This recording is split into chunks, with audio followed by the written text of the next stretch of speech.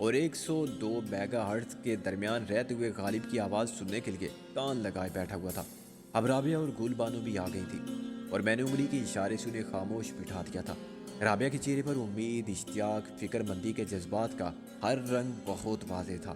میں نے بے چینی سے گھڑی دیکھی، 12:03 ہو گئے تھے۔ محسن بڑی نماک سے غالب کی آواز کو اجنبی آوازوں میں تلاش کر رہا تھا۔ اندیشے اور وسوسے میرے دل میں مایوسی کے ساتھ احساس عدم تحفظ پیدا کر رہے تھے۔ کہیں ایسا نہ ہو کہ وہ رابطہ قائم کرتے ہوئے پکڑا جائے۔ دشمن کے گلے کے اندر بیٹھ کر جاسوسی کرنا آسان کام نہ تھا۔